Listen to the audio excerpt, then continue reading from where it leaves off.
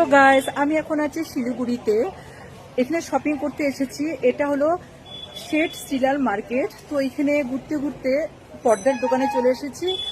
অপূর্ব সব পর্দা, মানে এত সুন্দর, এবং প্রত্যেকটা সেট আছে। আর লেন্থ একদম ঠিক। চলো তোমাদের একটু দেখিয়ে দিই লেন্থগুলো।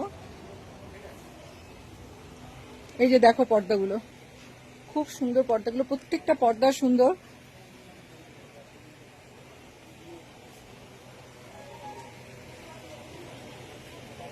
দেখতে পাচ্ছ, সবকটা কালার বলো, লেন্থ বলো, সব সুন্দর, এবং দামও ভীষণ রিজনেবল।